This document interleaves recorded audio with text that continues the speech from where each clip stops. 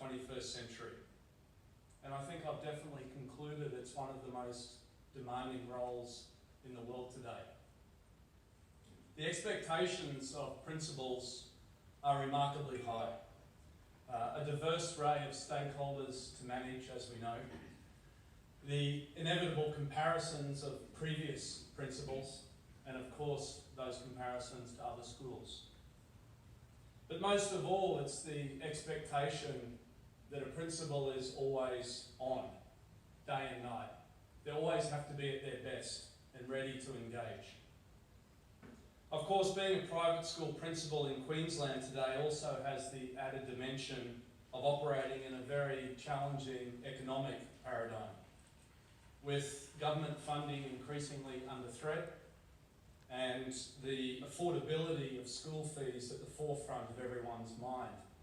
It's definitely a role that requires someone to do more with less.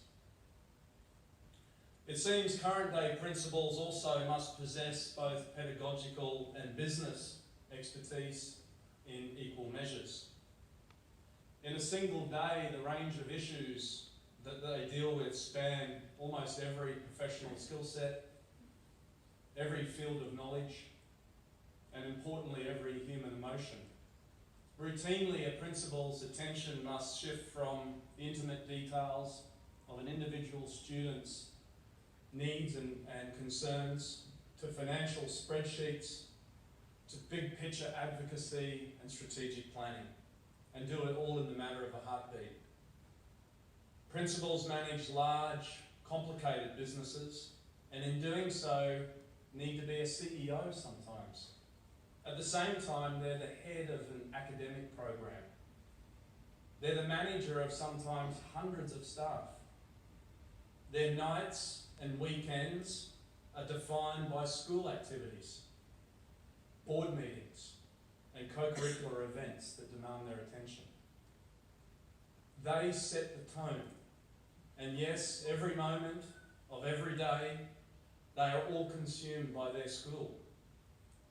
They are the person we all look to. They are the leader of our community. Well, ladies and gentlemen, Flo Kearney wrote the book on being a 21st century school principal. She was our leader for 7 incredible years. The years between 2011 and 2017 were some of the most productive in this school's history. And Mrs. Keepe has mentioned some of the achievements and stolen my thunder. But I'm going to repeat them because they are so important.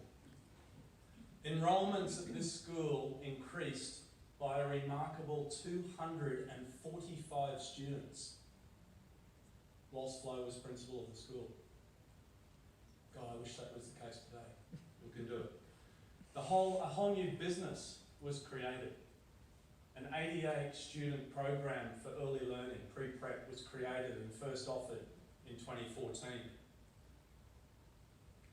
Flo opened this building that we're in, called the Foundation Building, to recognise the contribution that the Foundation made in 2015. It includes the accommodation for that early learning centre, this very room, the honour room, and of course the sports courts above us.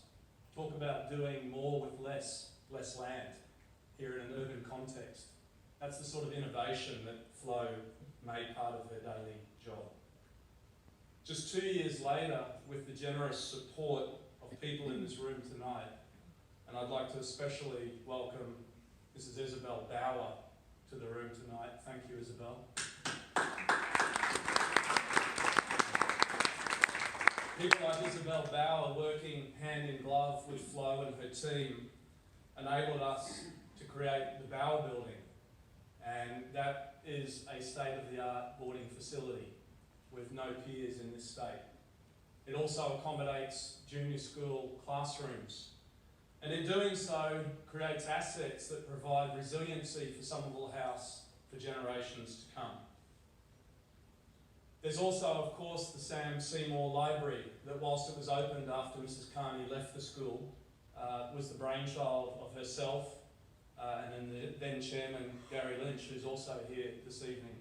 Thank you, Gary, for your leadership during that time and creating a beautiful learning environment for the students of Somerville House again for generations to come.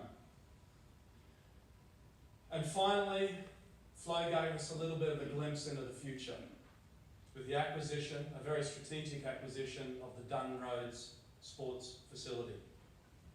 To me, this is an opportunity to essentially redefine the holistic notion of girls' education by providing a proprietary venue for co-curricular activities. I look forward to the future of Dunn Road and the development of that facility in the years to come, again with the support of the broader school community. Flo's professional standards are simply legendary. Her team took strategic and operational planning to new levels. She invested in technology to bring Somerville House into the 21st century.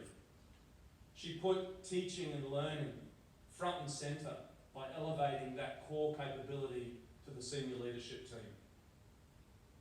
But beneath the surface and the impressive statistics, something far more significant was happening whilst Flo was principal of this school.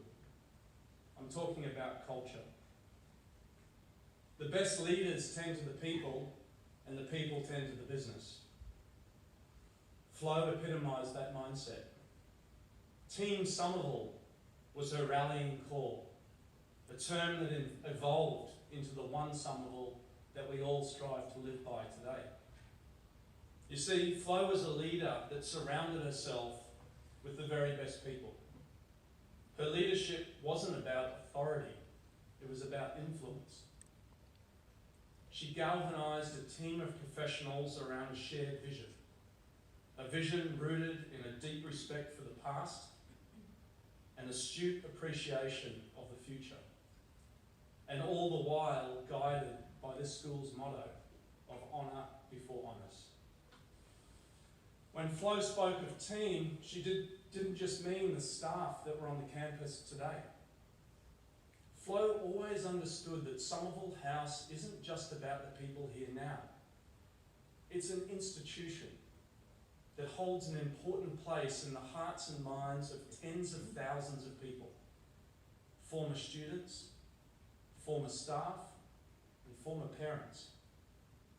And as a leader of that expansive community, she succeeded in bringing people on the journey, as evidenced in the strong foundation contributions, OGA, and P&F engagement with all of those projects that she championed while she was here.